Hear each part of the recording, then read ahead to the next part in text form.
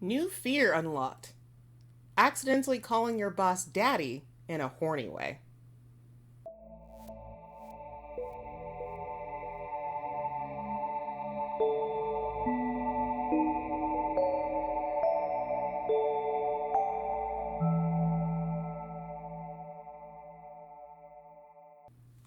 Howdy Hole, and welcome back to Hole Chat, a boy love and girl love podcast that believes in hard work, if you know what I mean. No. Mm-mm. With me is a woman I should have in the fitting room while we were working there, Keelz. Hope you bleep that out. I really hope you bleep that out. We'll see. Editing Chuck's a different guy. I don't know what they're gonna do. They better bleep it out or I'll give you a divorce. A horse divorce? No, a real one. This is an embarrassment too far. I mean, we didn't do it. I don't want people to know where I worked. That's the shameful part. Not the in a fitting room. I always want to be in a fitting room. Oh my god, Jesus Christ. What about a Buc-ee's? I respect Buc-ee's too much to do it there. Interesting. Like, that just feels rude to Buc-ee's. Okay. I see you. I feel that. They keep that place so nice and clean. Yeah. And they try to give people a livable wage. Mm-hmm. It just feels really unfair. Yeah. Like, they're doing everything right. We respect the beaver in this house. Yeah. Literally and figuratively. Is it a beaver? Yeah, Buc-ee's a beaver. It is a beaver. Uh-huh. I think I thought he was a gopher or something. It's okay. It's Bucky the Beaver, like the alliteration. I don't know what that word means tonight. I'm so fucked up. I'm tired, man. We were both kind of fucked up, honestly. Keelz just had like a procedure done, and I don't have blood in my body, so we're both kind of running on weird levels of energy. Yeah. But whole persist. Yeah. Oh, man. But, like, things in general have been rough around here lately, and in so many places for so many reasons. I'm sure if you live in America, you understand. So I'm pivoting from talking about revenge for the millionth time, and we're going to do something simple and a little more grounded. And maybe it taps into my weird fetish for office romance. I don't know. Oh, wait. No, I didn't know you had that fetish. Yeah. Never mind. It comes up at weird times. Yeah. We could get into a whole, like... I might eventually do an episode about Fujisaki Ko and, like, her weird office multiverse thing that she did, but I'm not sure if I can. It's weird. I love it. She has an office multiverse? Yeah. That's kind of cool. Well, this is for another time. I love Fujisaki Ko. She's the originator of the Yaoi Hands, and I'm in love with her. Don't want to get into it too much. But yeah, she has an office multiverse where, like, there's one couple that's within the universe, and there's another couple. They're like at, like, I think part of them works for the same company as the first two, and another one, like, works for a rival company or a company they collaborate with, and there's, like, another couple that branches off from those two, and they're all like, doing their office stuff at different times. And so if you read one manga, one character's doing XYZ, and then you find out about the aftermath of it in the next comic as you're following the other couple, so yeah, she has got a multiverse. It's great. That's honestly cool. I think it's still ongoing, too. She's got, like, 12 books in it. It's great. Wow. Yeah. But today we're not going to do that office situation. What we're chatting about today is the New Recruit, a 2020 manhwa drawn and adapted by Zec, but originally written by Moscareto. The OG novel is actually from around 2010 and is one of Zec's favorites, so this was a dream come true for her to adapt it. Like, she says in the author's note, like, yeah, I listened to the audio version of this, like, that they hired professional actors for, and she became obsessed with it, and she'd always wanted to, like, adapt a story, and so this was her first opportunity to do so, and she was stoked that it was this one. Yeah. I also have to mention that Moscareto is a boy love powerhouse who's written a million different things, and is getting her stories adapted left and right. Everything she writes is good, so I was bound to cover one of her stories eventually, but, like, I don't know what's going on with her. She just releases banger after banger every year. The Stephen King of yaoi. Oh, you know what? Actually, yes. Absolutely, that is the situation. She is the Stephen King of yaoi. And she is, I'm going to say this now because I don't going to talk about it a lot later, but she is also really, really good at working with artists. She's very collaborative. She like will actually draw sketches of stuff to send them. She's like a commission artist dream. She gives like tons of feedback. Will like encourage the artists to like take different avenues and stuff like that and try different things, and will give them like good feedback and be like, oh, I love this, and shows she is such a joy to work with. She's such a good writer. She is like Korean boy love's darling right now. She's having her moment, and she absolutely deserves it. So that's real cool. Yeah, so we're doing chill shit today. Low energy, low stakes, corporate bullshit. That's where we're at. So I'm not going to waste too much time. Let's go ahead and jump into things. And of course, I've got pictures for you, and we'll pause and all that, and they'll be fine. Our story follows Woo Seunghyun, a 28-year-old with a master's in business, as he preps for his first real big boy job. As he practices the commute for his first day, he thanks a friend via phone call for hooking him up with this opportunity. He pauses to stare in awe and apprehension at the large office complex that'll soon be calling home. Tomorrow's gonna be the day. So he's not going to work today. It's tomorrow. It's gonna be tomorrow. Okay. Yes, yeah. Because he's meeting up with a friend, but also practicing his commute, which is really what you should do. No. I actually find this 100% cute, and you should do it. It helps. It just helps. Especially if you're nervous, you should absolutely do it. Yeah. Seunghyun soon finds himself at a cafe nearby, actively listening to the work-related complaints of Ji-yeon, the friend mentioned earlier. She's the one that introduced the internship to him at the prestigious AR Planning and has been a stalwart companion since their university days. They'd met via the LGBT club and became friends through a not uncommon set of circumstances that will not be revealed for a long time.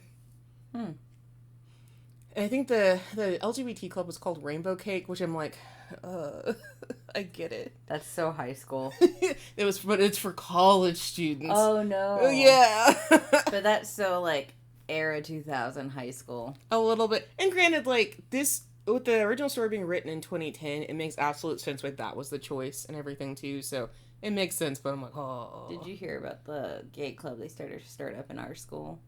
It never got passed, but I heard the name pitches. No, I did not. The leading name was like Rainbow Fish.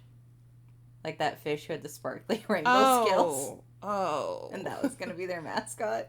I mean, I get it. I actually do get it. It's got a decent amount of depth, but I would also probably have cringed at that age. Uh-huh. Like, as a closeted queer at that time, I was like, no, please. Anything but that one. Like, I already feel ashamed of myself. Don't make me do this twice. Yeah. Ugh. Yeah. Yeah, let me pause, actually, and show you Ji-yeon.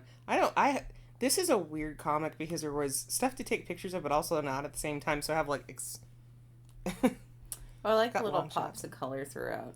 Yeah, the color palette's fairly muted, I will say, but you still get the point across in a lot of things. But I was excited to see the color work of Zec because her first comic was done all in black and white. I think she had a couple pops of color, was basically black and white.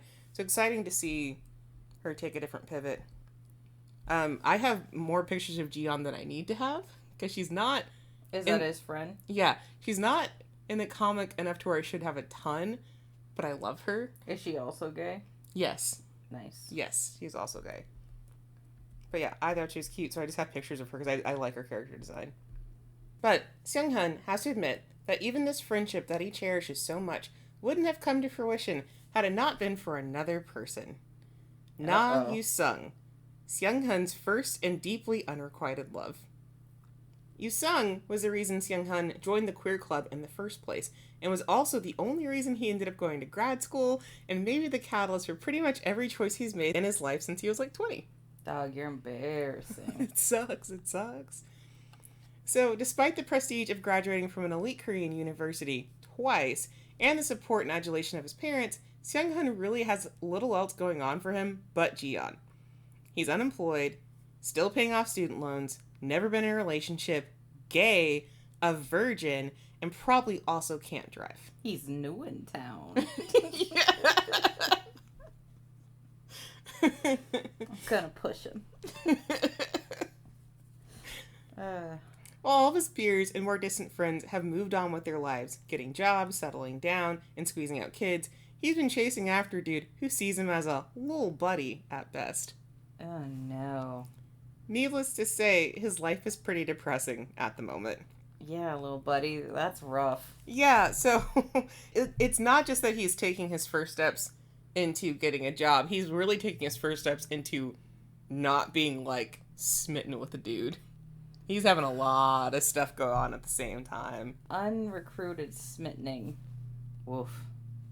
Yeah. Woof. It's a typical gay experience, though. It just sucks that his happened in his young adulthood and lasted so long. Instead of it happening in high school. Oh, yeah, in high school, who gives a shit? You develop the same interest as your crush for 4 years?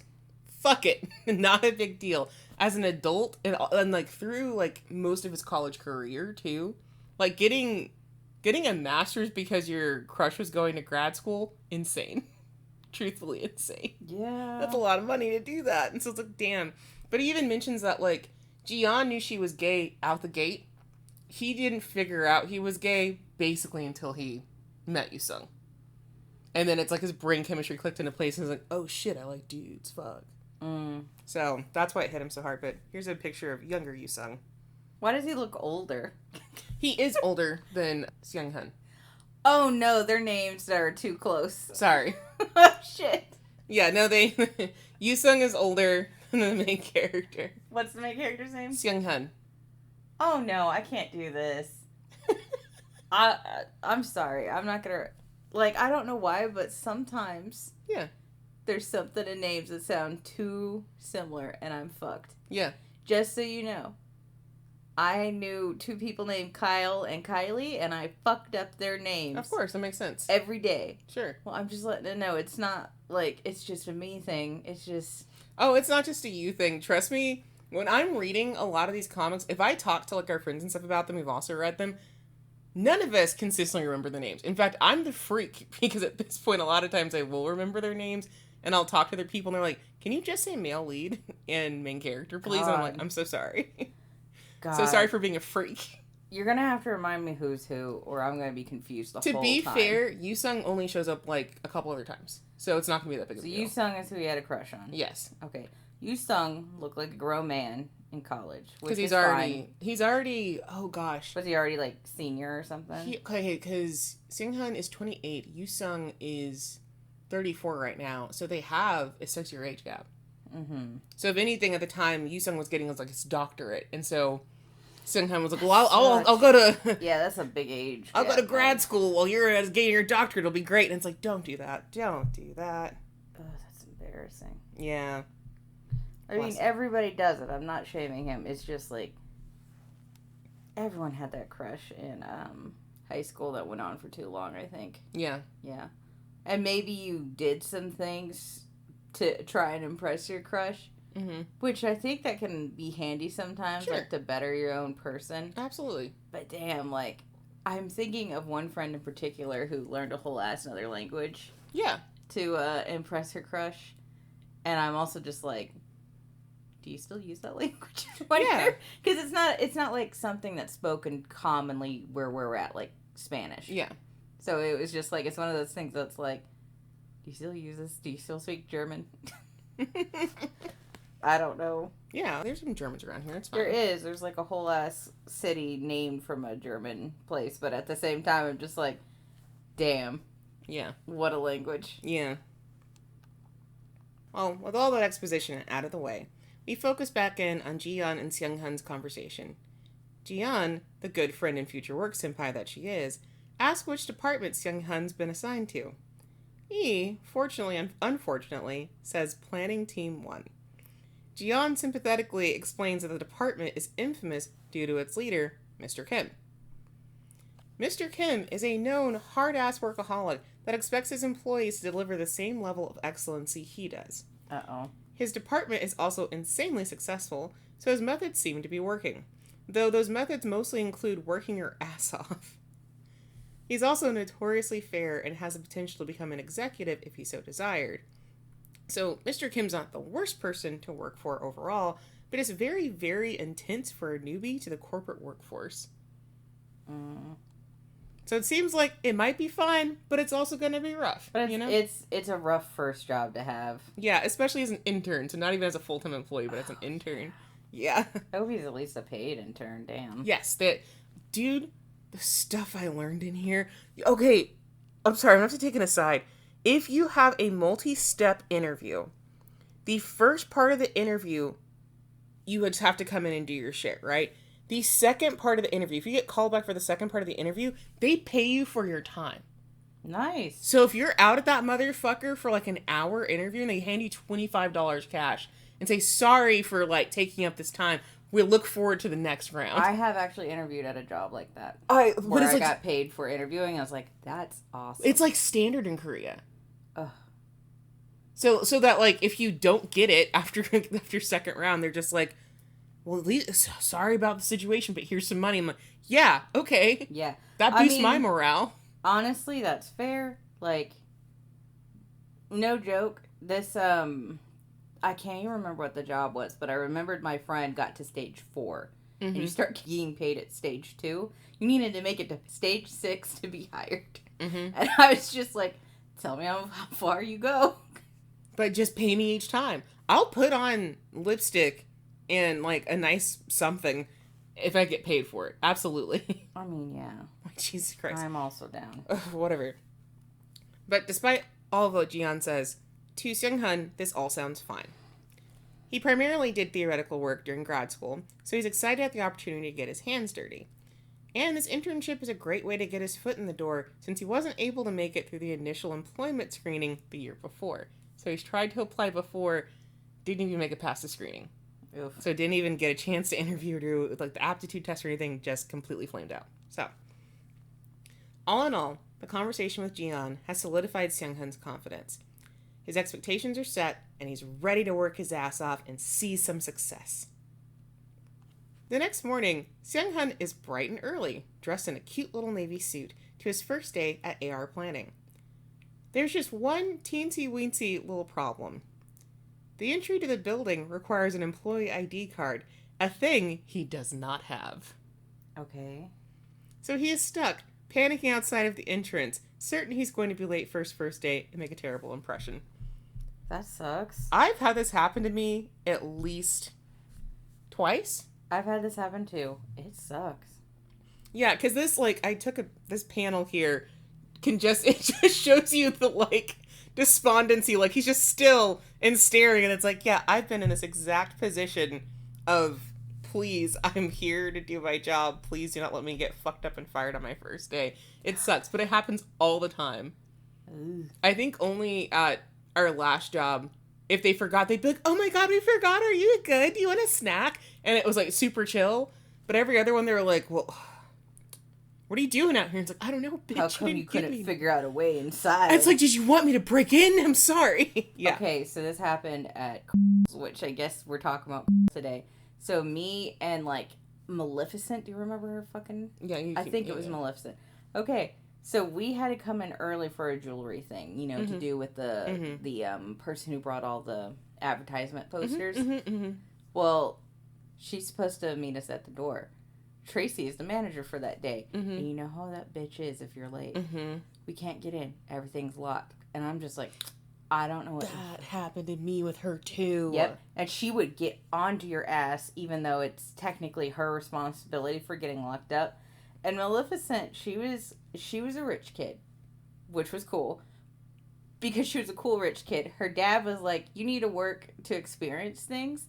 And she's like, sure. It also meant she took no shit from customers. She literally had nothing to lose. So if someone was going to shit on her, she didn't care. She was like, I won't be treated this way. It doesn't matter if I'm a low-level employee. So she fucking broke the door. Because she's just like, I've seen these installed. And so if you push a certain way over and over and over, it confuses the alarm system. And the door will let you in, but the door is technically broken now. So she does that. And then we can get in, because it's the first row of doors that are locked. So me and her are like, should we tell Tracy? And I tell her, no. Fuck Tracy. Let's go to our job with Candace and, like, get all the advertisements up like we're supposed to. And Candace is like, great, you guys are all on time. Did you have trouble getting in? We're like, yeah, the doors were locked, but Maleficent figured it out. 2 hours later, Tracy's getting her ass chewed out by Greg because the doors were broken. And it's like, she never knew who broke the door. She knew it was me or Maleficent.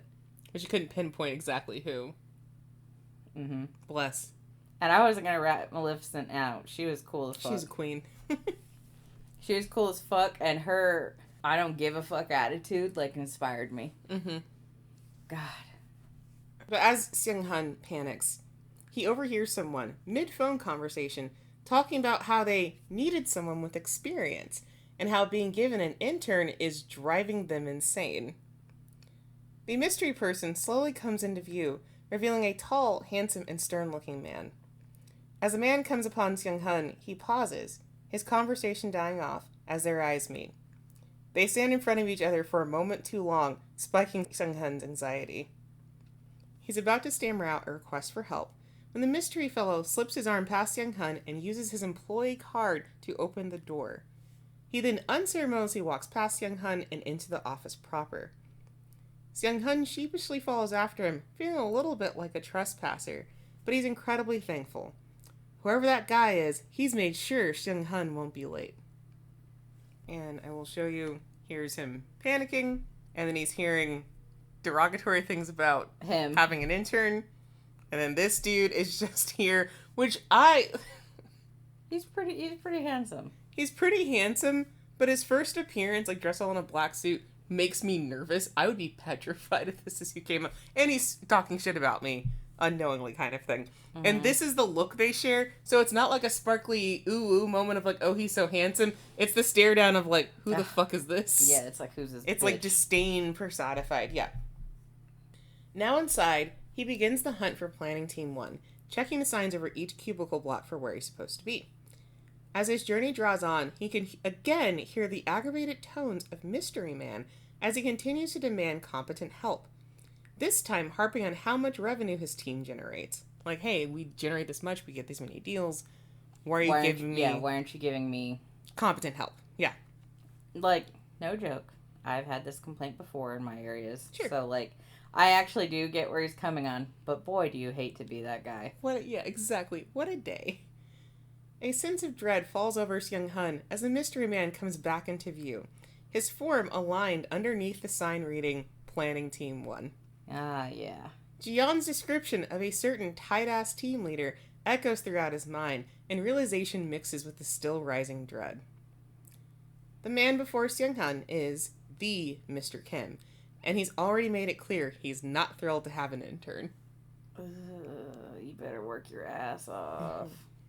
Still, ever polite, Seunghyun introduces himself properly with as bright a smile as he can muster. He is met with a straightforward rundown of expectations, the location of his peers, where he'll be sitting, next to Mr. Kim, of course, and the general logistics of how his first day will go. Also, give him an employee card? Yes, but he gets no formal introduction, just sit here, do this, don't do this, enjoy your Monday, go fuck yourself, kind of situation. Give him an employee card. He does actually, like, make sure that he's called down and to like, get him, like, an employee card and, like, his computer and stuff like that. So he's very business forward, like, we're gonna get you set up, but also, don't look at me, don't talk to me. Sit there. And he even gets frustrated because, like, Seunghyun's like, wait, I have to sit next to you? And he's just like, Jesus Christ. Sorry. And, like, it's not about you. You're sitting there because the last person's gone. Like, don't make it a big deal. And I'm like, please, dude, I know you're frustrated, but, like, turn it down a little bit. Oh, God. Mr. Kim only deviates to ask poor Seunghyun when office hours begin. Which I know, as I'm reading this, that's a loaded question. He's you don't mad want to hear at this. you. Seunghyun replies accurately, but this is, of course, turned into a scolding session about what being on time means and how he should be careful to come in early to meet expectations. He was early. Right. And I'm just like, dude, unclinch, because 9 o'clock is on time, but he couldn't get inside the building. But he's like, work starts at 9, and I was like, oh, I hear this. I hear this in my head. I've had leaders like this. So, a super strong first 10 minutes of his day. You know what I mean? Mm-hmm. Just right out the gate, we're going for it. Can I just tell you, I love it when I had seniority at every job because I chewed every one of these people out. Yeah. That was my favorite thing to do. I loved it when people would be like, hey, Keelz, go yell at someone for me. And I'm like, right on. Absolutely. It feels so good. Yeah, when they can't fire you and they're being a dick, I will tell you. So good. Yeah, this is Seunghyun putting on his best face forward, like, hey, it's me. He's so pretty and angry. Yeah. Mr. Kim is hot. It's just also... He's just angry. Very much so. In no time, the logistics team arrives with a computer for Seunghyun's desk and gets him logged into the company intranet. This still doesn't leave him with much to do, and with the rest of Planning Team 1 out of office with meetings, there is no one to distract Mr. Kim from his presence. Homie's watching Seunghyun like a hawk. So, like, anytime he moves, he's like, what are you doing? Where are you getting up? Where are you going? Shouldn't you be doing something? And Seunghyun's just like, I don't know what else to do. It's my first day, and my supervisor's not here. Seunghyun manages to find some relief when Jiyeon messages him through the company chat program, but just for a minute. Mr. Kim is alerted to his rapid typing and comes to ask if Seunghyun knows anyone in the company. Seunghyun explains himself, mentioning their alma mater, then triggers follow-up questions from Mr. Kim. All the while, Seunghyun's worried whether or not it's impolite to remain seated while talking to your superior. In fact, he is so focused on office etiquette and staring at the floor that he doesn't notice the suspicious look that settles on Mr. Kim's face. After answering why he wanted to work in advertising, because it looked fun, Seunghyun looks up to meet Mr. Kim's gaze, suddenly feeling that he may have said something out of pocket. Uh-oh. So it's just important to know he mentioned his school, and then he got more questions after mentioning his school, and then he's like, advertising seems fun, I'm gonna do it. That's why I'm here, kind of thing. Here for experience and a good time is what it sounds like. Uh-oh. He has no time to dwell as Jiyeon makes an appearance and requests to give Seunghyun a tour of the building. A request that is denied, because that's the supervisor's job, but Mr. Kim allows them to head off with a different set of instructions, like teach him the email system, do this, do that, but don't give him a tour, he doesn't need one right now. And then he returns to his work. Jiyeon and Seunghyun sit in one of the break rooms and chat over coffee. Jiyeon knowingly addressing how tense of a day it must have been so far. But really, the day's been pretty weird. Seunghyun hasn't been scolded much or given any work to do.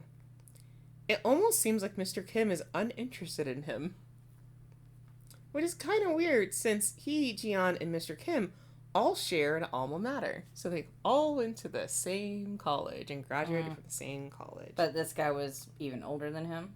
He's also 34. Mr. Kim's also 34. Okay. So they both have a 6-year age gap. It's just his ex-crush got a doctorate, and then Mr. Kim, I think, just did like a regular bachelor's degree. So he's been done and in the workforce for a while, kind of thing. Okay. I think he also took a gap year to like study abroad or something, but it's like, he just finished college a while ago, kind of thing. Jiyeon goes into more detail about Mr. Kim's past, in part as her son Bae, because they both majored in journalism, but primarily how he's fared at the company until now. So there's a lot of work to speak here, ultimately amounting to Mr. Kim's a hotshot with a lot of pull and influence, to the point where he's almost considered a separate entity from the rest of the company. So when people... So he's really good. Yeah, so when people come to do business with the company, they'll be like, hey, can we have his team? Or they'll even mention his team by name as opposed to saying, just give me whoever, I want this done. He also has a weird title, which is like unofficial department head, due to office politics and not being allowed to be promoted ahead of his senior. This is important for later, I promise, but like right now, it's just a lot of office jargon. But he's essentially in a position where his boss, he can't be promoted over his boss because his boss has been there at the company longer, and so it caused problems, and so it's just like, it's petty shit. He should be in charge of his area, but it's petty shit, and like, we don't want to do that, and then like the CEO's got some weird hate boner against him. It's weird. So the CEO hates Mr. Kim. Kind of. He's just like, I don't want him to start his own faction and then like fight against me. It's like, pull up. It sounds like royalty shit. Yeah. I don't want him to get his own like anti-nobility faction. Though, like, that's the shit it sounds Truthfully, like. corporate structure is like that, and I'm like, go get on your yacht and shut up. Jesus Christ. But it's that sort of stuff. Oh. Jiyeon also mentions how, due to Mr. Kim's reputation, tons of interns from their university flock to the planning department just to pad out their resumes and look good for future employers. Her words are like a bucket of cold water, as Seunghyun realizes why Mr. Kim was giving him the look. He essentially told a man, notorious for hating clout chasers, that he's here just to have a good time. Man, you sound like you're chasing clout. Seunghyun is so fucking screwed. Oops. Or so he thinks. The next few days, he's too busy to dwell on Mr. Kim's feelings for him. Intern's got an intern, so he's inundated with fetch quests, copy requests, and anything a more seasoned employee just doesn't want to do. He, thankfully, gets along well enough with the rest of his team, and he's glad for the experience regardless. Even when he's given some not-so-basic data entry from a peer in a different department, he sees it as an opportunity to further his skills. Even if it is missing 80% of the information required and needs to be completely redone by the jackasses from the other department. So he's just dropped off, he dropped off one of those bombs. And I think everybody's been given a bomb. Everyone gets a bomb. Where it's like, I'm not equipped to do this by any measure, and it shouldn't be my responsibility, but you expect me to do it because I'm new? What's one of those? I wrote an entire manual once. Yeah. Meanwhile, Mr. Kim is finishing up another intense big boy work meeting where they are doing business very hard and very successfully. On his way out, he takes a call from a friend and fellow coworker to hash out some lunch plans. As they're doing so, Mr. Kim happens to overhear a mildly infuriating conversation at the elevator. Two men, one of whom is the dipshit who saddled Seunghyun with data entry work, are discussing how rad of a time they're about to have since dipshit pushed his report off on someone else. Tattle. Yeah, right? He specifically cites Seunghyun as the reason he can goof off, completely unconcerned with being disciplined, because as long as he's not the last one to touch the document, Seunghyun will be punished for doing a bad job. He also acknowledges that the work is 100% unfinished. All of this within direct earshot of Mr. Kim. Which he's not even... They don't see him. He's literally hiding behind a wall, which I do think I have a picture of. Yeah, this is Mr. Kim and Seunghyun's little conversation. But well, what are you doing here? And blah, blah, blah. I'm like, why advertisement? And this is the face that Mr. Kim is making as he's asking, why are you interested in advertising? Because he's immediately suspicious, and poor Seunghyun doesn't see it at all. And he's being very precious, and I'm like, boy, it's not your fault. But he's not happy. Yeah, he doesn't look happy. Yeah. And then more pictures of Jiyeon, just because, again, I just like her. I don't have a good reason. I just like her. She's very cute. She kind of makes me think of Nami from One Piece, so I'm down. Yeah, so that's the only reason she's here. I just like her. This meant nothing to the development of the story. I just have her. She's just cute. And then I do actually like this face of like, oh no, I'm in big trouble. I fucked up. Yeah, no, that's the face I would make if I realized I told the hard ass I'm here to goof off. And then he gets left the report that he doesn't want to do or shouldn't be doing. And then this is when Mr. Kim catches on, like, oh, because they only have one intern in this area, too. So if you say intern, you immediately know who it is.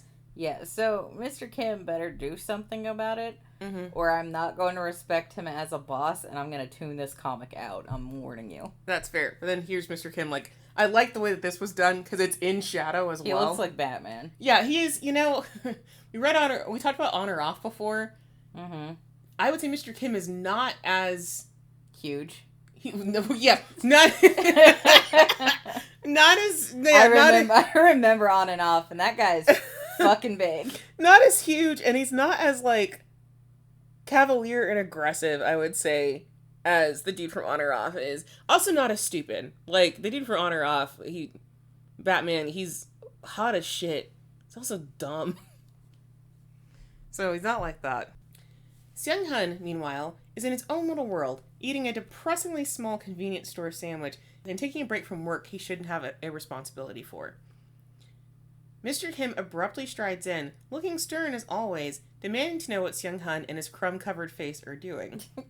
Because he does have crumbs all over his eating food. Senpai, Yeah, I know, he's having his lunch. Where are the drugs? Slam. No, lunch... Well, he's having lunch, obviously, but that answer seems to frustrate Mr. Kim, because specifically, he starts saying, like, well, why aren't you out with everybody else? But Seunghyun's an intern, and he hasn't gotten, like, his first paycheck yet, I don't think. Yeah. So he doesn't have enough money to go to lunch around the area, because it's too expensive. Yeah, dude. Yeah, and so it's that moment of, like, you're in here eating a small, pathetic little sandwich? No. And then he's like, wait, no, I'm an adult. I need to And focus up. also, some internships mean, like, you get, like, only half-time pay. Yeah. So, like, dude, chill out. Yeah, but he's just, like, he's already mad, and so he comes in charge, and now he's like, you're eating the sandwich, now I'm even angry. You're eating crumbs. I'm exactly, so furious. Exactly. That's so funny. He then asks what Seunghyun is working on, and our precious little protag tells him the truth.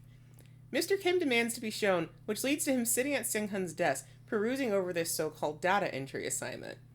It quickly becomes clear to him that this report is absolute dog shit, and completion of the assignment is impossible without a complete reworking of the whole thing from top to bottom, exactly like the dude before was saying. And here, Seunghyun was diligently working through lunch and trying to rework it, something far beyond what he was asked to do. Seunghyun, who is quite busy admiring Mr. Kim's face and body, snaps to attention when he's asked if he knows what's wrong with the report. Boy, turn your gay off for a little bit. It's the first time he turned it on, actually. He's been very... Okay, that's fair. He, but you know what? No. I'm still going to say turn your gay off, because the gay only turns on at the worst times. That's why you have to guard the gay. You have to keep it in its little cage, and you throw apples at it, and, like, TikTok, and you're like, be good until I'm done with work.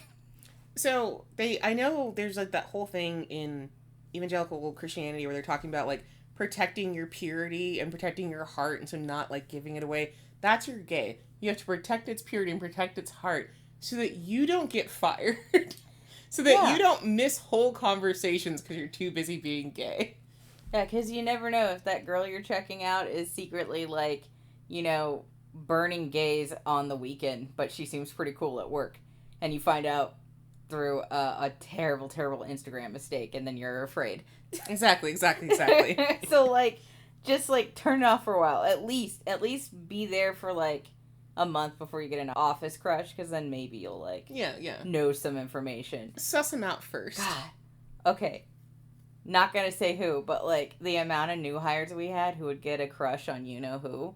Oh, yeah. Yeah, and it would be like, please stop. Leave this man alone. He's a very dedicated employee, and he loves his fiancée, now wife. Yeah. Fuck off. It was crazy. Like, it's like, bless his heart. It's because he's a genuine, cool, nice person, and that's why everyone wanted to fuck him. But also, it's like, if you would bother to get to know him, he's gonna pull out photos of his wife. He's gonna pull a Hughes and be like, look at my wife and 2 dogs. For real. I love them. Every time. Oh, he's such a gem. Okay. He's perfect, but, like, God, that poor man. I was like, him and another coworker, I was like, I never knew being pretty was a problem until now, and this is a problem. But, so, he focuses back in from being gay for a second, and then is asked if he knows what's wrong with the report. Seunghyun gives a clear and concise explanation of the report's fault and why it's currently unworkable.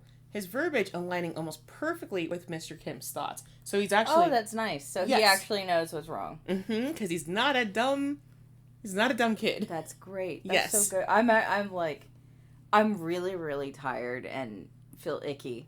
And, like, this rainbow child is, like, bringing me back from the dead. Right? Like, I'm just like, oh, I hope he's okay. Whatever his name is. But you see why I chose this, right? Like, it just... Yeah, no. You just feel okay. No, you need uplifting. The revenge is always nice. But, man, if I had to deal with revenge that took until the end of the story, I was going to be mad. Yeah. I'm not saying revenge shouldn't take until the end of the story. It should, honestly, take a long time. But, goddamn, I was like, I can't do it today. I need something kind of nice. Mr. Kim is decently impressed and mildly compliments Seunghyun. Like, he gives him, like, oh, your MBA isn't worthless kind of thing. Which... That's big for him, I can tell. Yes. But also, to be fair... No, I'm not going to get into it. I'm going to shelve it. I'm not going to talk about business degrees today. I'm going to shelve it. Never mind. Okay, but he kind of compliments him before abruptly standing up and commanding that he stop work on the report immediately. He then imparts that the next time Seunghyun is given inappropriate work, that he be contacted as soon as possible, even if he's out of the office. Like, talk to a supervisor to contact him, send him an email, text him, whatever, but tell him the moment something's fucked off, and he'll handle it. Faith in humanity restored, because seriously, if you're a hard boss, but, like, you're also gonna be nice for your employees and, like, actually fix shit, because I was like, honestly, if this bitch like, look the other way of someone trying to screw him over, you couldn't have convinced me that this man deserves to be fucked. I would have literally just started going, yeah, that's nice, dear, and you would have divorced me out of anger. Like, that's what would have happened. Why are you throwing around divorce today? I'm reading a divorce comic right now, which is very interesting.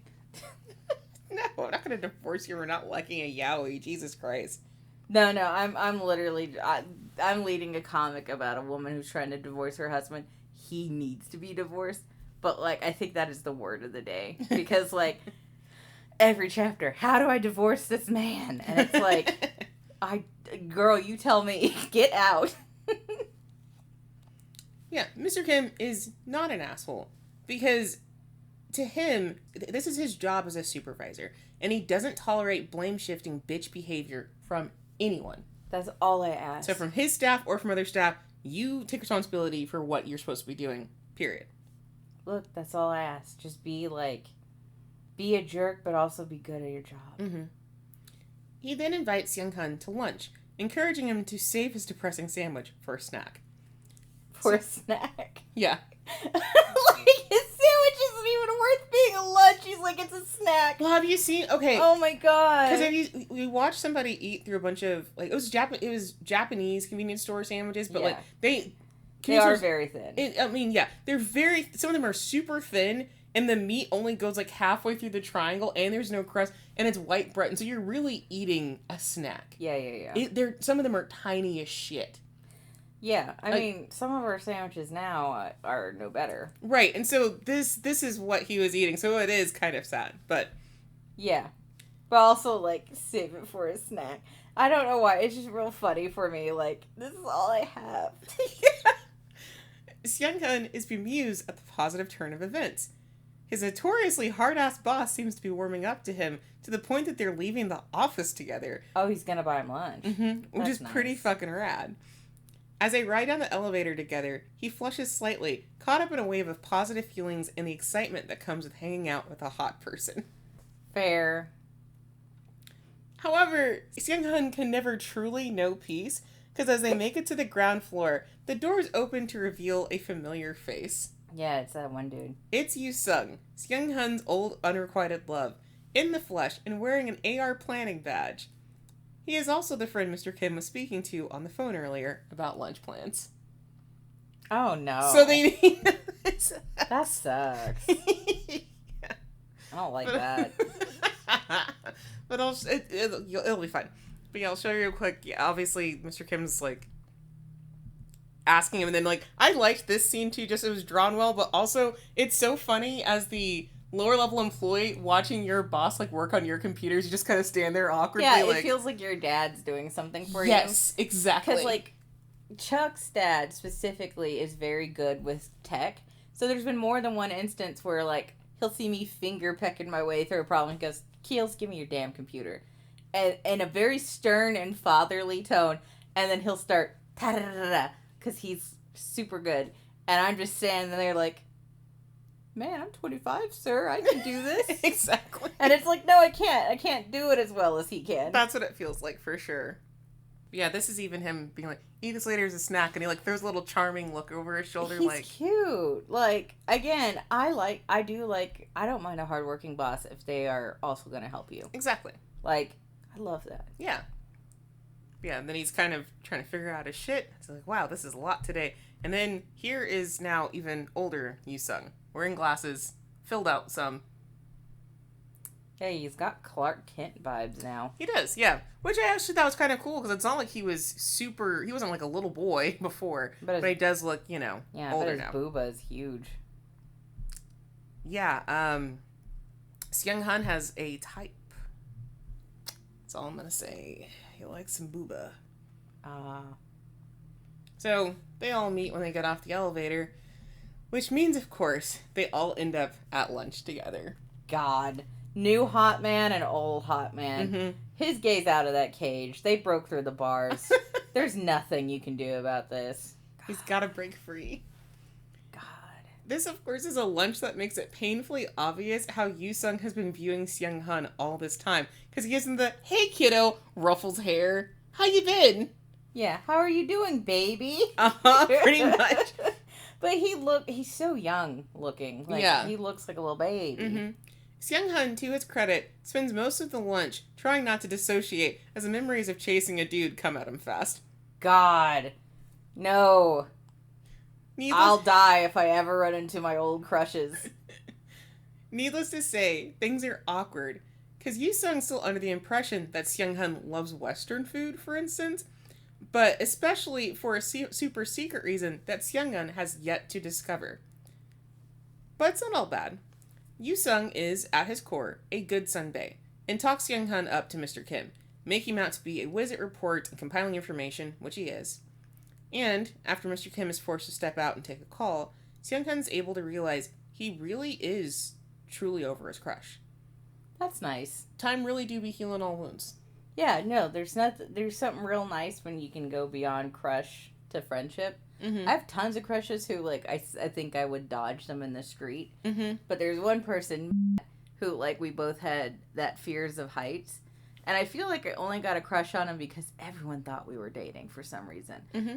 But, like, Matt and I were really, really fucking tight. We had a same fear. And, like, I'm pretty sure he figured out that I was gay because I figured out something about him. And we were just like, oh, okay, we keep each other's secrets to the chest. Uh-huh. And so, like, he's the only person who I don't mind running to in the street because I ran into him in college again, and, like, that bitch conquered his fear of heights and left me behind, so I'm real mad about that. I have to get over my fear of heights so I can find his ass and go, me too! And then, like, win. Mm-hmm. So that's how your crushes should evolve. I see. So it should become a opportunity for combat? Yeah. Okay. Crush the crush. Okay, yeah, okay, sure. I'll believe whatever you say. You're a good wife to me. Yeah, I do want to also mention, this is important later, but Seunghyun has made Yoo-sung believe that he likes Western food, but he's like, Yoo-sung's the one that likes Western food, and so he pretended that he does. But he even says this early, he's like, I'm lactose intolerant, and he got me Alfredo, and I'm like, girl, ew. Your crush is too much. Your crush is way too much. But that's, if you read this, that's important for later. It comes up a couple times, and it's really dumb. Seunghyun is also eventually called back to the office, leaving Yoo-sung to greet Mr. Kim when he returns. This is also where we found out that, one, they're exes. Who? Mr. Kim and Hyung-sung? And Yoo-sung, yeah. Oh, so Mr. Kim dated Booba. Mm-hmm. And two, Mr. Kim can't fucking take care of himself. And three... Oh... Yoo-sung has become the cunty ex-turned-close friend that lives to call people out. Something he does with extreme prejudice later that afternoon. I fucking love that. Like, he's not, like, the cuntiest ever, but he has that vibe of, like, bitch, I got that. Because, like, they all have to leave lunch. Yoo-sung's the only one left. He finishes whatever food they have, because they were, like, doing family style, so he ate the rest. And then he buys more food for Mr. Kim, because he's like, I know you ain't gonna eat later, bitch. That's cute. I know you've barely been sleeping. You fuck-ass workaholic. That's cute. I love gay friendships when they turn out like that. Mm-hmm. When you break up with someone and you become, like, besties. Mm-hmm. That's so rare for me. But, man, is it good when it happens. Mm-hmm. Actually, it's never happened for me. But I've seen it happen for others, and it's great. You want that, yeah. Yeah. During a smoke break later that day, he spontaneously half-asks, half-suggests that Seunghyun is Mr. Kim's type. Oh. When asked why, Yoo-sung explains that Seunghyun is puppy-like, articulate, and smart. Exactly the sorts of things Kim's looking for in a partner. Mr. Kim, of course, blows this off and somehow takes this as Yoo-sung being interested instead of desperately trying to get Kim to find something else to do in his life besides work. You're stupid. Like, work oh my god. Like, work is good, but boy pussy is right there and he's trying to get him to the goal. Buddy. At the same time, Ji-yeon is also hard at work, trying to convince Seunghyun to take a chance at an office love affair. Her connections have alerted her to another gay within the company, and he's apparently super hot and is also a regular old King George, meaning he's got a huge dick. Oh my god. Because giant eggplant sounds similar to King George in Korean. That's fucking funny as shit. And Jiyeon just wants Seunghyun to be happy, and most importantly, loses virginity. I hope the person with the big dick, by the way, is the guy who tried to push off his work, because that would be really fucking funny. Like, hey, I'm trying to hook you up with this guy. No. It'd be awful. Like, that would be my type of humor. Like, oh, this asshole has a huge dick. I don't care. Mm-hmm. I don't care. Mm-hmm.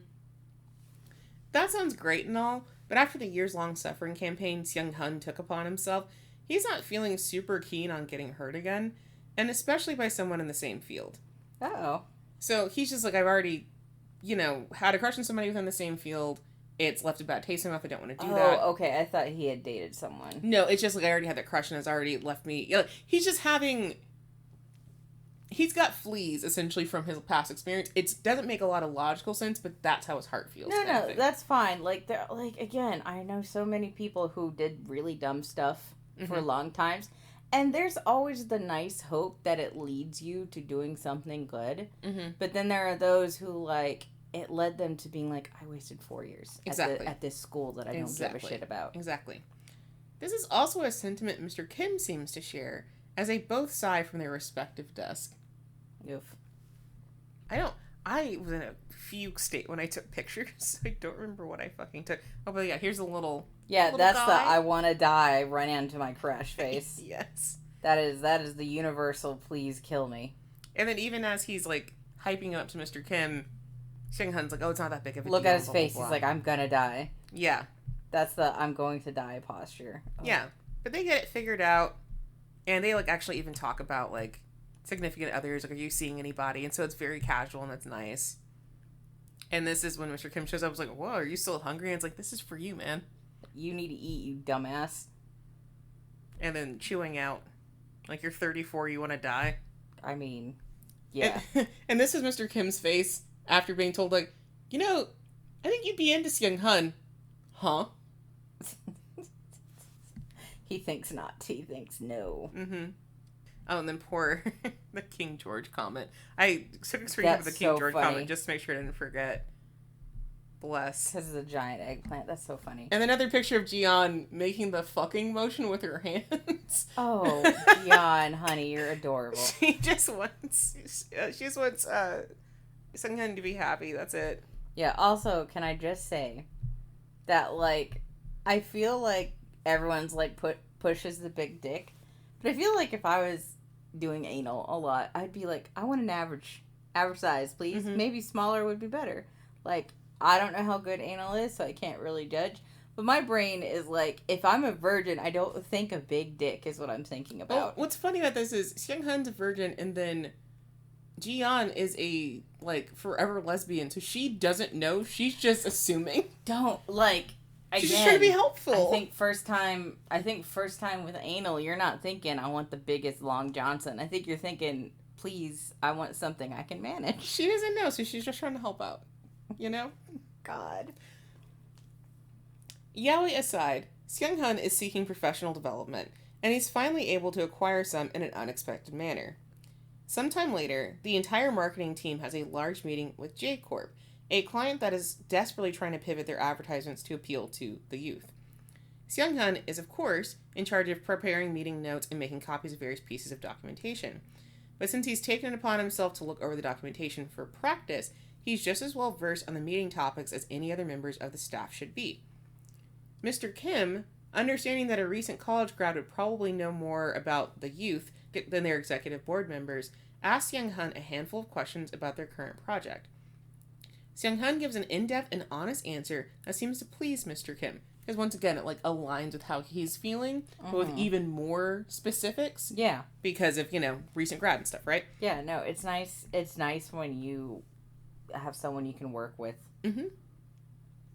As they head down the stairs, copies in hand to the meeting, Mr. Kim pauses mid-flight to comment how Seunghyun's eyes light up when discussing strategy, then tells him to go grab what he needs for the meeting. Which is to say, an intern is being given the opportunity to sit at the big boy table during an all-hands meeting he wasn't even invited to. That's nice. Mr. Kim is giving him the leg up of a lifetime. Yeah, that's awesome. Seunghyun and Mr. Kim end up entering the meeting together, causing heads to turn, because how dare an intern be invited to sit with the bigger adults? Oh, God. Fuck off. No. Just as they sit down and Seunghyun begins to settle in, a coworker, again from another team, asks him to go grab his laptop charger, because Big Man forgot and he can't be arsed to get it himself. Please tell me he doesn't go get it. Mr. Kim levels the dude with a hearty glare and some mild attitude, but Seunghyun is built to please, so he begins to stand up. Mr. Kim grabs Seunghyun's wrist tightly, forcing him to stay seated. When the rando's boss enters, Mr. Kim proceeds to shame his department for having new recruits rely on an intern from a different department to fix their shit. Oh my God, yes. Yeah, this is essentially pick up your bitches in corporate speak. All right. No, I love that. Okay, so Kim is me, but like more refined. Mm-hmm. I was, there's a Karen in the room. Someone go get Keelz. Mm-hmm. That's me. Oh shit. This is so nice. But yeah, this is the whole moment where he's like talking to him about the meeting stuff and whatever. And then is like, yeah, you said the right things and I agree with you. And why don't we try and make something happen? But yeah, this is the scene where they enter and everyone's like, whoa, why is he here? What the fuck? We don't need a child basically here kind of thing. We don't need a child here. And then the way that the dude comes over to be like, can you get my laptop charger? And he looks all sheepish and it's like, you have no right. I want to kill him. Like, that makes me so mad. Yeah. That makes me so mad. I am also a people pleaser whenever I start fresh. Because I feel like a lot of people do it. You don't fucking know where you're at. Sure. You're just trying to do what's right. Uh-huh. But damn. But like, look at this. This is the whole glare and like, aren't you, like the mild attitude. And then there's just this pause. And the guy's just still like, well, go get it for me anyway. Go get it for me anyway, you dumbass. Yeah. And then you're a stupid boy. Oh, shit. And then the grab of the wrist. Go get it for me anyways. I'm still stuck on that. That the guy gives you a look. Yeah. That's like, hey, cut this shit out. And you still had the balls. It's another superior to you. And you still want to ask after he's been like, maybe don't do that. Like, take my fucking hint. Good damn. But yeah, and so then they have, they do their whole thing. But yeah, then he, says the whole pick up your bitches in corporate speak, and it's like fucking great. Jesus Christ. Oh, man. I love that. The other department head apologizes to Seunghyun since he was called out. This is very much not the way to make friends and influence people. Mr. Kim seems uncharacteristically out for blood, which is giving gay attachment, if you know what I mean. Yeah, I would give you dokies. The rest of the meeting is a whirlwind and filled with more corporate jargon than this podcast has room for. But the important bit is that Mr. Kim goes to bat for Seunghyun and positions him to take a lead development role on their ad work for J-Corp. Uh-oh. I hope that goes well. He does this in front of the entire department, God, Jesus, and the chief marketing officer, which is no small deal. And somehow, they agree to it. Well. They all say, like, yeah, he is young. He probably would know. If he's got ideas, pass it forward. There's a bit after the meeting where office politic drama is alluded to again via higher-up complimenting Seunghyun, but that will unravel itself much later. Like, it's one of those things where like, they're playing a game of like, oh, you're doing so well, and isn't that interesting? But they're actually probing for information. Like, again, what makes you so special? But also, is Mr. Kim trying to, like, build a faction? Stupid. Oh my God. I know. They're still stuck on that? Yeah, it's a thing the whole time. Sorry. It's a thing the whole time. Oh my God. More importantly, Mr. Kim takes Seunghyun back to their office space and delivers a rather impassioned speech about the ups and downs of working and planning. Essentially, Seunghyun will have to be prepared to have the credit for his ideas taken by his higher-ups. But Mr. Kim assures him that, by that same metric, any failures will also be handled by the higher-ups. He guarantees Seunghyun that he will protect him at all costs. At work. Specifically at work. Uh-huh. Girl, my heart just fluttered. Too bad Seunghyun can't fight a blush, because that straightforward speech filled him with a warmth and encouragement that he did not expect. Yeah, I'd blush too. Fuck, man. Your gay's out, and it's not your fault. Legitimately, yeah, because this is what he's doing. He's like, do you honestly think I would let bad things happen to you? Nah, and the man... Nope. What is he gonna do? What are you gonna do? The man's charming. What the fuck is he gonna do? That sucks. Mr. Kim, blinded by Seunghun's earnest look, shifts his eyes towards the intern's wrist, noticing a bruise from where he'd held him earlier. Oh my god, dude. You held him a little hard then. Yeah. So, of course, he has to grasp it gently, pulling their bodies closer than necessary, Stop. and apologize profusely. Stop with the faggotry. Can I say that? Stop it. Like, look at this! Oh my god. This is gay. This is so gay. There's no reason for it. We just had to. God. I could see why the artist was so obsessed with this, honestly. It's fine. Tired. I'm tired. You've exhausted my emotions. Later that afternoon, word gets around the office that there's going to be a going-away party for another team supervisor, meaning hard drinking and meat consumption. Oh, God. And there's this cute little scene where Seunghun's ears, like, perk up. He specifically, like, gets dog ears for a second because he hears meat and party. Yeah. Yeah. Yeah, free food, man. Same.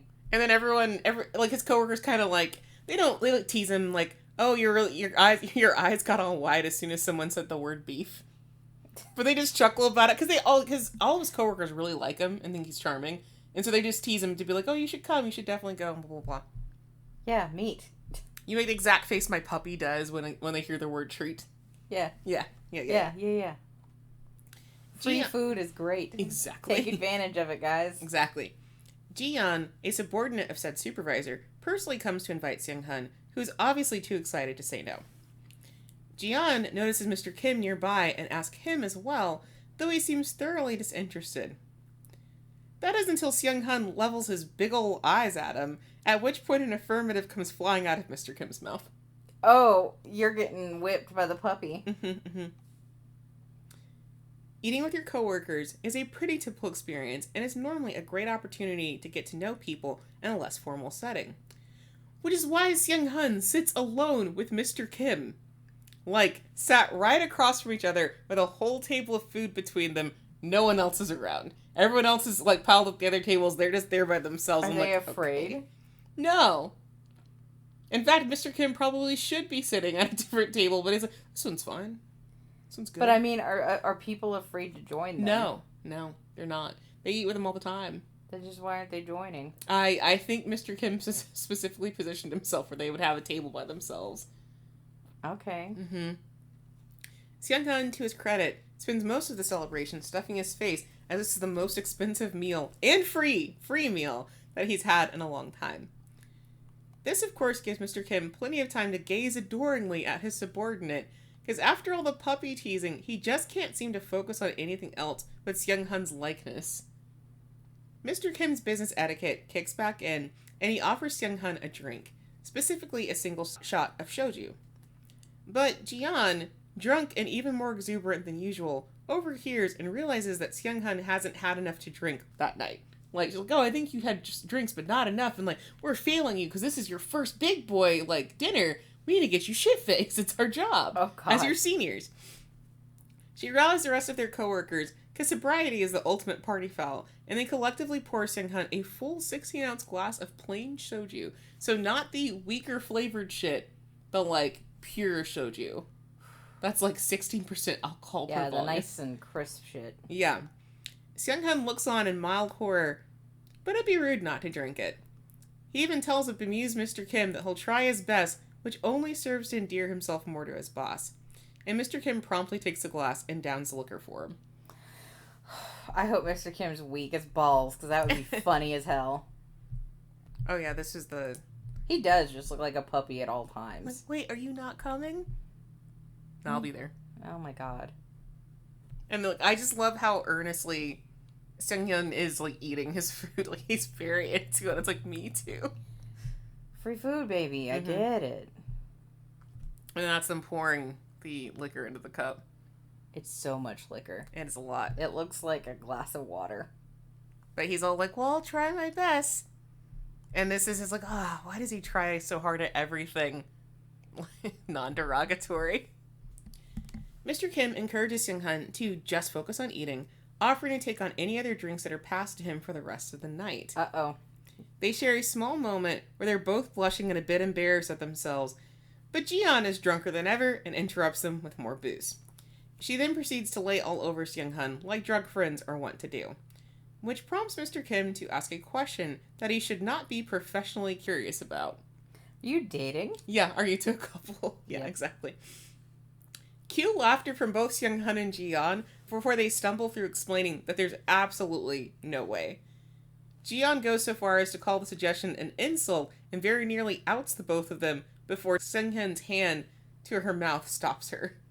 Like she's about to say, we were both at the queer club, so actually, we can't be. And then he's like, shut the fuck up. Yeah, because maybe you don't come out yet. Right, because at this point, they both think Mr. Kim is straight. They just assume he's straight. They have no idea, you know? I mean, I kind of feel like that's the vibe when you're a queer person. You're like, everybody's straight until you're told otherwise. Mm-hmm. Jiyeon still manages to embarrass Seunghyun in a worse way by letting slip that he's a 28-year-old virgin and well on his way to becoming a wizard at this point. Damn. Because the whole thing is if you become a wizard at 30. Yeah. Yeah. I know that one. It's now that Seunghyun realizes she's got to go the fuck home, and he prepares to escort her to a taxi. Mr. Kim agrees, doing the good boss thing, and fetches a taxi for them. Nice. Like, I say taxi, but I think it's technically the, like, designated driver service, which is, like, slightly different, but it's Uber, taxi, it's all in the same vein. What's the designated driver service? Designated driver service is you can call a designated driver, and that's all they do is they just, like, escort drunk people home, and then sometimes you can call a designated driver, and they will drive your car home. That's really cool. Yeah, so there's a lot of different ways to get home if you are shit-faced in Korea. There's multiple different ways. So, they call one of those, I think, but whatever. Once Jiyeon is safely off on her way home, Seunghyun rejoins Mr. Kim on the sidewalk, profusely apologizing for her nonsense. Mr. Kim assures him there's nothing to apologize for, and then gestures towards the taxi called for them to share. Seunghyun takes a step forward, and the limited amount of alcohol in his system decides to make itself known, blurring his vision and causing him to stumble near the curb. Oh boy. Mr. Kim is quick to catch him with an arm around Seunghyun's waist. Seunghyun is angled perfectly in his arms for some more intimate touching, their faces mere inches away from each other's. Kiss. And Mr. Kim goes in for the kill, pressing his lips firmly against Seunghyun's. He actually kisses him? Mm-hmm. I was kidding. Yeah, well, I wasn't. Well, I mean, I'm down, but I'm also like, hubba. They kiss for a long moment on the sidewalk, the picture of yaoi elegance, before Seunghyun's senses return to him, and he pushes Mr. Kim away. Yeah, because what the fuck? It's your boss. They sheepishly apologize, even though it's clear they were both feeling it. You know, it'd be really funny. CEO of their company, just there, glass of soju. Hey, what are you two kids doing? What did I just see with my eyeballs? Mr. Kim, being a fully grown man and a department head at a famous company, knows going after a subordinate is not the best idea, and, with that in mind, expresses to Seunghyun that this was a mistake. So he just means, like, it's a mistake, I shouldn't have done that, that's my bad, is what he's trying to say. But that hurts a bit. Yeah. Because it was Seunghyun's first time. First kiss, even? Uh-huh. Something he mutters in response. But oops, the driver's back, they should go home. Their night ends with an crawl in a hole and die, Mr. Kim. Their night ends with an awkward car ride home where neither one can look at each other. But mistake or not, a line, a horny line, has been crossed. And there's no take backsies when it comes to office affairs. God damn. And of course, Yoo-sung was right. He's totally right. I don't remember who he is. The crush. Right. So he was right. Right, Clark Kent. Yeah, so, and I will say, after Mr. Kim says it was a mistake and they're sitting in the car, he does look like... I'm an idiot. Yeah, he's like, I shouldn't have said it was a mistake. I think I hurt his feelings, but he's like, I don't know why I hurt his feelings. Because they just don't know each other well enough for him to know the specifics. Because even hearing, oh, he's a virgin from his drunk friend, he's probably thinking, okay, so he hasn't had anal sex. Like, some dudes He doesn't know how far the virgin line goes. Exactly. He just assumes, attractive young man, he's definitely gotten smashed before. No, right? This man hasn't had his panties twisted. But yeah, here's the dramatic, like, catch scene. Are they... And they... At this point, Mr. Kim's also had a lot to drink. Yeah. God, that's embarrassing. And then, is it not like... Perfect. It's a very picturesque scene. Super What's nice picturesque. about it is it also looks like maybe they didn't kiss, so, like, I don't know. Because I don't know if the kiss will cause some trouble later. The kiss does not cause as much trouble as you think it would. That's good. Because, like, this is where, like, my general summary stops, but, like, they do go back to work like nothing happened, essentially. But they, through another snafu, because there's, like, there's a little bit of office bullying that happens, because the same dude who gave all that work to Seunghyun that was fucked up. Does it again. He gets in trouble, and so they, again, do that weird triangulation, like, office bullying, where they're like, well, we're going to invite specifically the intern out to hang out with us, but they invite him to hang out so they can, like, force him to drink and, like, bully him, kind of thing. But Jiyeon finds out about it, and so she goes to find Mr. Kim, like, you gotta go take care of him because they did blah, blah, blah. And Mr. Kim's like, oh, yeah, and the intern can't really refuse something like this. Yeah. And so he legitimately goes to, like, the karaoke parlor that they're in, yells at them, like, outs them all, because I think they're using the company card for this, too. Like, they're using the company card to, like, haze Seunghyun. And then he takes Seunghyun with him, and then, like, Seunghyun's, like, honest to God upset and, like, crying and stuff like that. But he's also, like, soaked in alcohol, so, yeah, like... so he's had way too much to drink, and he feels awful. Yeah, so he feels awful, and Mr. Kim just kind of, like, you know, puts his jacket on him and holds him a little bit, and they make out in his car, and I was like, you're such a fucking idiot! Well, I mean, y'all are into each other. Yeah. But, like, this makes me think about, like, that football hazing thing that happened when we were in, like, college. Mm-hmm. There was, like, that really big case about, like, these football players making all the new football players who were not getting a lot of money yet buy the meals. Mm-hmm. And the meals were hundreds of thousands of dollars. Mm-hmm. And, like, this one dude, like, had a literal heart attack over it. Like, he had a stress heart attack because of it. And I'm like, yeah, because he can't pay for that. Yeah. Like, my dad was really mad. My dad's been a football coach before, and so he was furious because he's like, that level of money that buying a whole team, he's like, some people have to go out on loans. Yeah. You know? Oh, absolutely. And he's like, and that's insane. It is. And so he's just like, I can't imagine, you know, you're the new guy, and they do that too. So that's what that sounds like. It was definitely inappropriate. So, like, I really do think that's, like, the worst thing that happens in here is just the office bullying. And I will say, like, their relationship has its ups and downs a little bit, but it really only has one major down. And you do understand why it happens, because it's like two people coming from a very different spot in their lives trying to, like, reconcile. So, like, the age gap comes up a little bit, but it's really more of an experience gap than it is an age gap kind of thing. So there's some little things that happen in here, but things get resolved usually either within the chapter or within a couple chapters afterwards. And even when they do have an issue, you're like, oh, well, they should work this through and figure it out, because otherwise, like, you know, how are they going to proceed forward? So it's, like, necessary conflicts and stuff like that. Yeah. And this is a really short comic, too. It's only 40 chapters and then, like, 5 side stories. So you're not going to be slogging through, like, 5 chapters at a time of things being terrible. It's 2 and then we're done, kind of thing. It's also, like, very fascinating comic. Yeah. I'm definitely into it. Yeah. So let's do a rundown of the characters. Luckily, there are characters that are side characters that get mentioned. I can barely tell them apart, name-wise. And they're not that important, I promise you. So there's really only 4 that we have to talk about. Of course, we have Woo Seung-hun, who's our protag, and a 28-year-old virgin with an MBA. After a long stint of crush hell, he has no idea what he's doing, but he's got the spirit. He's incredibly easy to get along with and is regularly kind, thoughtful, and polite. He's extremely hardworking, almost to a fault, and believes that giving maximum effort can make up for a variety of sins, which is kind of true. That is kind of true. He also has a tendency to overthink, which causes him problems, but he learns to chill the fuck out over time. He has big puppy energy, much to his chagrin. He's also pretty taken by Mr. Kim's looks at first sight, but he really takes his time falling for him. That's nice. He's pretty gun-shy at the beginning, so I mean, like, attraction is not everything, but it's also important in defining your person. Mm-hmm. You don't have to have attraction. There are tons of people who don't. But, like, I would say, like, there's no harm in being charmed by someone's face and then falling in love with them further after you're like, oh, not only are they my type, but they're also, like, really nice. I also appreciate that he took his time and, like, kind of protected himself a little bit, because he knew how to take it slow, you know? But, yeah.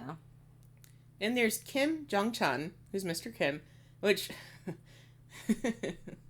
There's a point where Jian's like, yeah, we're trying to all use our first names of the company to, like, make things less, like, tense and hierarchical. But nobody wants to call Mr. Kim by his first name. They all refuse. What's his name? Jung Chun. It's a very cute name. Nobody feels comfortable doing it. They just call him Mr. Kim still. Yeah. I wouldn't. Like, he's Mr. Hardass. Right. That's your nickname, dude. But Mr. Kim is 34, the male lead, and would be married to his job if it was legal and it had a cute face. He really is hardworking, quite often to a fault, but he just loves to work and loves advertising more than any sane person should. He's hard on others, but not any harder than he is on himself, so he's fair, if nothing else. He's also very gay, and has lived a pretty average gay young adulthood in America, sluttery, but has been unable to settle down with someone for more than a few months at a time. Because he's so married to his job, everyone's like, you like your job more than you like me, we're breaking up, kind of thing. Yeah. That is a real problem with some relationships. Mm-hmm. He's pretty jaded due to his big age, but somehow ends up way too smitten with Seunghyun. Because he's 34 and he acts like, I'm too old for this shit. And I'm like, shut up. You're not. You're not. Shut the fuck up. You can fall in love at any age. Fucking idiot. That's the only place where he's dumb, is that he feels like overly responsible, a little too old for things or whatever. And like, yes, there's certain things that you don't have patience for when in your 30s versus your 20s, but also, it's falling in love, dude. Shut up. Yeah, everyone does it. Mm-hmm. Seo Jian is a big old lesbian and Seunghyun's closest friend. She's exuberant and tends to meet every moment in her life with a lot of energy. She's effortlessly popular and is usually the life of the party, but she also knows when to tone things down and get serious. She's been a lesbian forever, but keeps up to date on the wants and needs of gay men to help Seunghyun out. The wants and needs of gay men. She's a blunt but super useful wingman. She's got a long-term girlfriend, and they both look out for Seunghyun when they can. Nice. There's even a point where she's like, well, you told me you're in a relationship. Make sure you use a condom every time, okay? If he ever says no, kill him. If he ever says no, kill him. She's just like she's so serious. It's like, if he doesn't respect you, get rid of him. I love that. I really She's great. do. She's so great. If he ever says no, kill him. I'm sorry. That's so good, though. That is a good line. I don't remember if she says kill him. I think she says, like, break up with him immediately, like he's no good or something. It's something like that. She's just very aggressive. Good. It's so good. Yeah. It's so good. Na Yu-sung is also 34 and was Seunghyun's longtime crush. He's not a bad dude by any means, and is actually a pretty great senbei. He's called lazy a few times, but he really just seems reasonably motivated compared to the workaholics around him. He's Kim's ex due to their similar personalities, but remains a good, cunty friend to him. He really likes Seunghyun, actually, just never in the way that Seunghyun wanted. So he's very attached to him. He's just like, I'm just not into. Yeah. Because how... y'all see it. You'll find out the conflict. But whatever, that part of the conflict has to do even with, like, Yu-sung being in it, where Yu-sung's done nothing wrong, but it's just memories attached to it. So, like, that's the thing, is, like, I appreciate that the, you know, unrequited love is not really, it's not him that's the issue. It's all just, like, emotional stuff. Yeah. Which is kind of cool, because I was like, if they make Yu-sung a player character where he's fucking things up, I'm gonna be so annoyed, and they did not do it. Yeah, because, like, I see that trope a lot, and I'm like, yeah, it's a cool trope, but goddamn, is it overplayed. Mm-hmm. And sometimes you're like, it'd be nice if, like, the person you had a crush on wasn't, like, a cunt. Absolutely. Can't they just be a normal person? And he's truthfully not. He's just, like, kind of slutty. That's fine. And that's fine. That's everyone great. can be slutty. Yeah. Slut it up, my dudes. Good for him. He's hot. Might as well. So, you know. Yeah. Got that Superman body. On the surface, the new recruit isn't all that special. The art is good, it's well paced, and there's a decent amount of smut for a manhwa that is pretty short. But there's nothing immediately outstanding about it. And I think that's the point. This manhwa is kind of the platonic ideal of yaoi. Two men meet, get in a situation, traverse some relationship troubles, and ultimately end up fucking nasty into the sunset. Let's fuck nasty into the sunset. There's an antagonist, but they hang out on the fringes as a subplot to the growing relationship, and they get their comeuppance in a timely manner after failing to derail the couple's ironclad bond. This is all the trappings of 90s yaoi, but without the random sexual assault. Yeah, that was very popular when we were young. Because I read tons of office romances, but they always had somebody getting raped in it. And so this, Yeah, and it was upsetting. Yeah, so this takes a more contemporary approach and goes a bit further while still remaining true to its roots. Nice. First off, office politics. Office romances are a staple of yaoi, but I always take note of a story that spends time really fleshing out the specifics. So there's a lot of professional lingo in this one that you can honestly ignore, but if you're horny for advertising or marketing, you have plenty to goon to. Which is one of the ways in which the new recruit is not typical. You can absolutely make up some jargon or make vague references to copies and meetings without getting into the nitty-gritty. But rather than using office dialogue as environmental filler, the author committed to just being real about shit. I was like, hey, I worked in an office once. I'm gonna use it. It could be, or could just know a friend, or could have just gotten on fucking Google and spent hours on forums or something. Who knows? Good for you. Like the best office romances, there are also plenty of opportunities for professional growth and managerial white knighting. And managerial white knighting is very important to me. To the first part, obviously, Seunghyun is literally the new recruit and has a lot to learn about himself and corporate culture. You appreciate the time spent because Homie really does start out the comic like listless, anxious, and depressed, and he ends up honestly happy and with increased confidence in all aspects of his life. Is he really depressed when it starts out? Yeah, because he's not He just looks happy, so I was surprised. He doesn't have like the major depressive that you like, oh, I don't know what to do with myself, and maybe I'm gonna go and self-harm, whatever. But maybe he has a little regret that he's been a virgin so long. It's that he just doesn't know what to do with his life because everything was led by his crush, and so he doesn't know himself. I got it now. Everyone else is ahead of him. He feels left behind, and so there's just a lot of heavy weight on him, and a job really is what he needs, I think, to kind of jumpstart his brain a little bit and he'll start feeling better. So it's not a long-term serious depression, but he is going through like a big slump at the beginning. Yeah, no, that's hard. And so it's nice to see someone actually succeeding at work and developing alongside the corporate success, because that's what it should be. You should be more successful at work and then feeling better about yourself and feeling more confident. And we get to see Seunghyun go through that journey. Yeah, that's nice. As for the managerial white knighting, like, let's be so for real.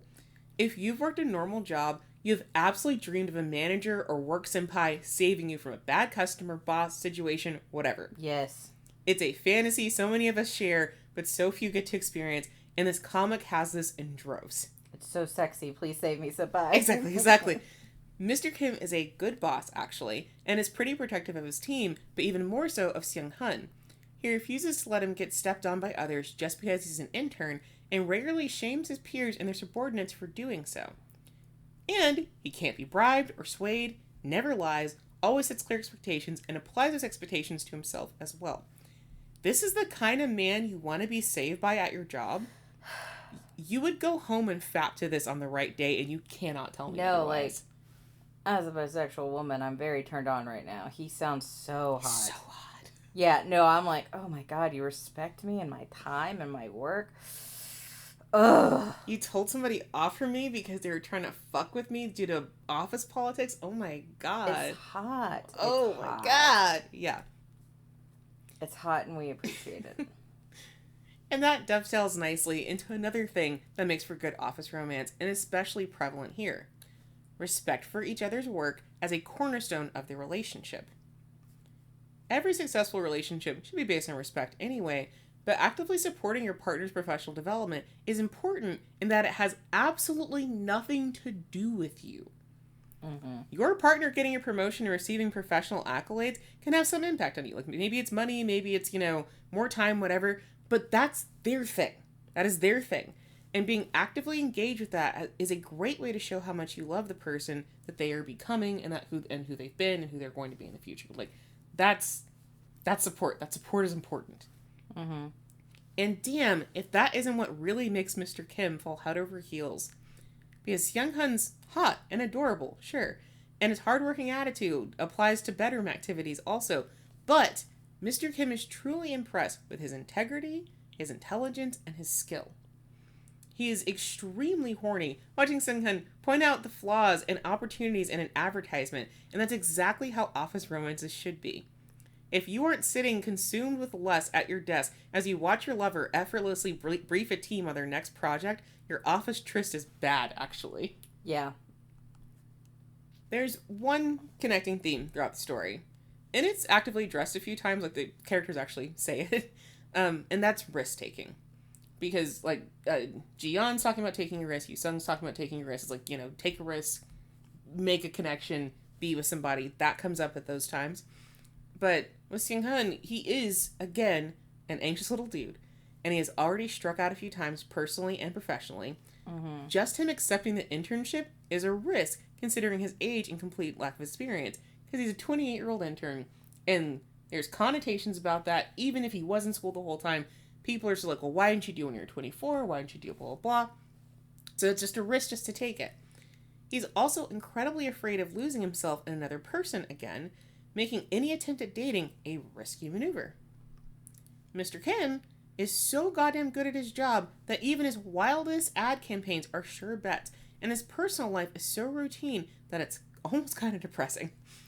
Just dating someone again after losing every relationship he's ever had is a huge risk.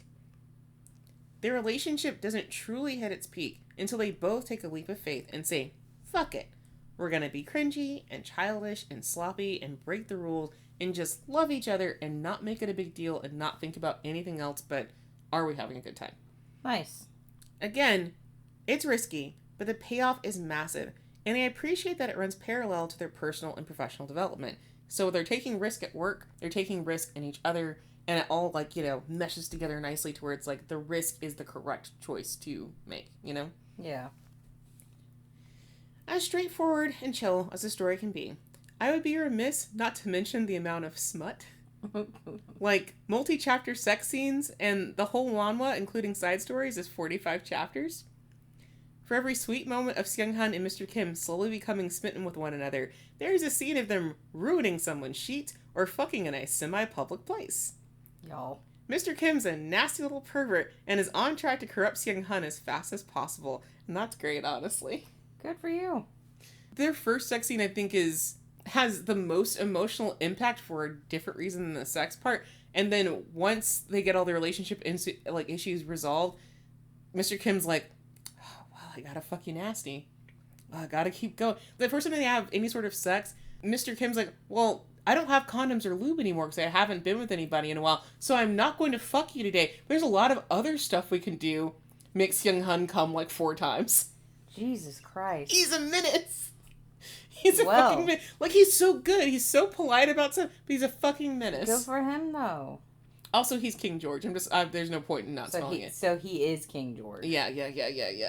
That's funny. Horrifying. He's a horrifying man, but also very hot. That's really funny. Yeah. The new recruit is effective in its simplicity. It's not contentious, melodramatic, or extreme, but still manages to be an engaging and enjoyable ride. It's like a warm meal after a long, stressful day in a life that is anything but straightforward and comfortable. Simple, efficient, easy to read, it's a snapshot into the pleasantries of everyday life via 2 dudes touching tips. Alright. So, if you like office shenanigans, slice of life, advertising workflow, and smut, the new recruit is for you. You can read it on my Zen, and it contains shitty bosses, unemployment, accidental outing, office bullying that gets a little extreme, not the worst, but a little extreme, and mild depression. That's it. You're otherwise pretty much in for a chill time. There's not a whole lot of bad shit happening in here. Nice. There's like a couple arguments and some bullying, and then, we kind of move on. And honestly, office bullying is low level. Yeah, this doesn't go to the level of office bullying I've seen in other comics where you're like, dude, call the police. Yeah, but the police would not get called on this. Like, you could contact HR, but the police don't need to be involved, kind of thing. But, yeah, so, what is your whole rating? Honestly, 10 out of 10. Mm-hmm. Like, I'm very tired from everything. I've been through a lot this week. You've been through a lot this week. Yeah. This is very nice to listen to, and to, like, it has the right level of, like, oh my god, that I can handle right now in my exhausted stage. Mm-hmm. So this is cool. Yeah. 10 out of 10. I was glad I rediscovered this because it it was just so easygoing, and I think a lot of other people who read this feel the same way, that they're like, oh, we're just having a chill time. I need a break. Because there's plenty of toxic ass yaoi out there. Sometimes you just need a nap. And this is like the most rewarding, refreshing nap you can have. Yeah. Just enough drama. Well, if you want more from Zec, you can find her at Real Zec on Twitter. That is REAL_ZEC on Twitter. You think there's a fake Zec out there? I think there was somebody ruining else. her good porn name. I think there's just somebody else who has the name Zec, and so she had to change it. Or you can read one of her works she wrote and drew for, Loverboy and Sparkling Baby, both on Tapas. Loverboy is also being released in print right now, so do with that what you will. Though I will say, warning, this was just a light, fun romp. Sparkling Baby seems also a lot more like lighthearted. Loverboy, I'm not going to say it's bad, but it's a little bit of a slog. It's more depressing than you'd expect. So just warning, very different vibe to that one, but you can find it in print right now. Like if you're expecting something kind of chill. It's not. Maybe this is not chill. It's weirdly depressing, so just know that. You can find Moscareto at Moscareto on Twitter. That is spelled Moscareto on Twitter. And she has written so many things, so I'm just going to plug the manhwas I've actually read by her, because I don't have the space. At least 10 of her novels are being adapted right now into manhwa, so I couldn't. So she's written for Punch Drunk Love, which you can find on Leizen, and Shoot for the Stars, which is on Manta. A ton of her manhwa adaptations can also be found on Leizen, so just check them all out. Go through the whole thing. They're all good. Godspeed, bitches. Want more Hole? Hit us up on Bluesky and Tumblr at Hole-Chat. Our DMs, like my legs, are wide open. Hey, they are not open. They're open for me. Me only. Legs are open for me only. They're still open. Just don't be worried about it. Need to send an email? hole.chat.69@gmail.com. No matter where you're listening to this, a like, a subscribe, or a follow will do us a lot of good. Help us spread the slutty news and tell your friends, your coworkers, your neighbors, your dad, your dad's dad, your stepdad. I guess your mom also. How many people do you want to get into yaoi? I just listened to them say yaoi on Smosh like 6 times in one episode. Everyone. The answer is everyone. Everyone should do a little yaoi. It's good for your soul. Why not? But thanks so much for listening, and tighten up. Tighten up.